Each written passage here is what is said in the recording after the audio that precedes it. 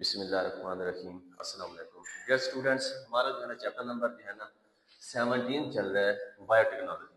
और last time हमने पढ़ा था इंट्रोडक्शन ऑफ बायोटेक्नोलॉजी क्या चीज़ है और इनकी फिर एप्लीकेशन कि कहाँ कहाँ पर जो है ना बायोटेक्नोलॉजी जो है ना इस्तेमाल होती है, इसका स्कोप क्या है।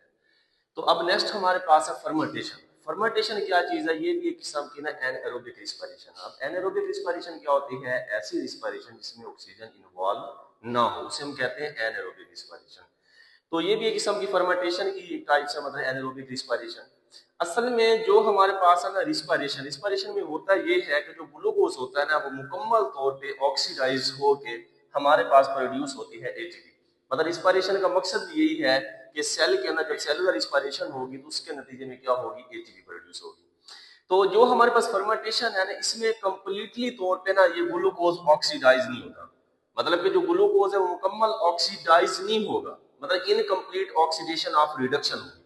मतलब आगे एनर्जी तो प्रोड्यूस होगी लेकिन इसमें क्या मुकम्मल तौर पे ऑक्सीडाइज नहीं होगा, बजाय के जो है ना ये वाली प्रोडक्ट प्रोड्यूस होने के अदर जो है ना प्रोडक्ट्स प्रोड्यूस होगी। जिस तरह हमारे पास ग्लूकोज ग्लूकोज सबसे पहले क्या है? पायरुविक एसिड के अंदर चेंज होगा।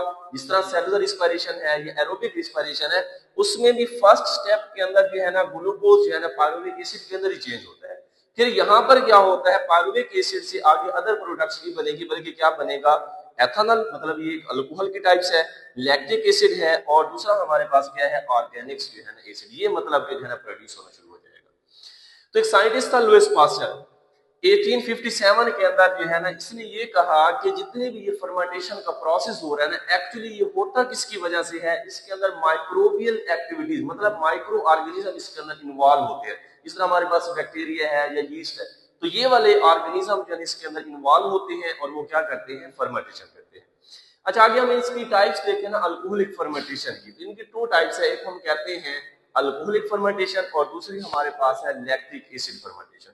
अब अल्कोहलिक फर्मेंटेशन के अंदर क्या है? इसमें भी मतलब कि फर्स्ट स्टेप के अंदर सेम है, मतलब कि जो हमारे पास ग्लूकोज है वो चेंज होता है पायरुविक एसिड के अंदर। लेकिन फर्मेंटेशन के अंदर फिर क्या है कि जो पायरुविक एसिड है ना वो पहले तो चेंज हो जाएगा किस चीज के अंदर? एसिटाल्डिहाइड के अंदर। और साथ में क्या है? CO2 वगैरह जो है ना प्रोड्यूस होना शुरू हो जाएगी।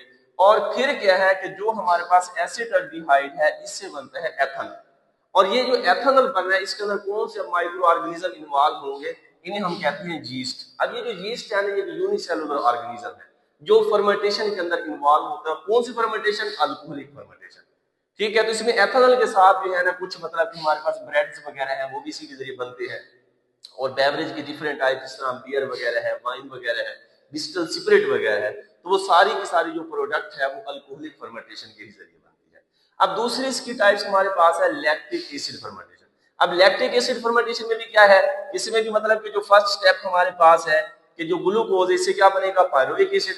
अब फिर आगे जाके जो है पायरुविक एसिड चेंज होता है लैक्टिक एसिड के अंदर। लेकिन यहाँ पर जो माइक्रो ऑर्गेनिज्म इन्वॉल्व होते हैं उन्हें हम कहते हैं बैक्टीरिया। और बैक्टीरिया के मतलब डिफरेंट टाइप्स होती हैं, जिस तरह हमारे पास लैक्टोबैसिलस वगैरह है, स्ट्रेप्टोकोकस वगैरह है। तो वो वाले बैक्टीरिया क्या करते हैं? पायरुविक एसिड को चेंज करते हैं लैक्टिक एसिड के अंदर। और इसी तरह मुख्तलिफ जो प्रोडक्ट्स, जिस तरह हमारे पास डेयरी प्रोडक्ट्स है, चीज, योगर्ट वगैरह, तो वो बनाने के लिए भी जो है ना बैक्टीरिया इस्तेमाल होते हैं।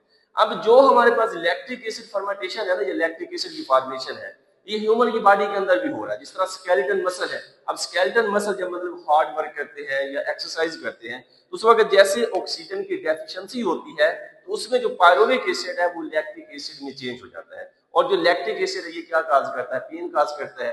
तो ये जो हमारे पास लैक्टिक एसिड का प्रोसेस है ये ह्यूमन जो स्केलेटन हम जो क्या कहते हैं स्केलेटन वगैरह है उसके अंदर इन्वॉल्व होता है, स्केलेटन मसल्स के अंदर इन्वॉल्व होता है। तो ये बच्चे आज का हमारा टॉपिक था फर्मेंटेशन का। नेक्स्ट लेक्चर के अंदर हम ये देखेंगे कि ये जो फर्मेंटेशन है इसकी क्या मतलब एप्लीकेशन है, कहाँ कहाँ पर जो है ये यूज होता है। ओके, अल्लाह हाफिज़।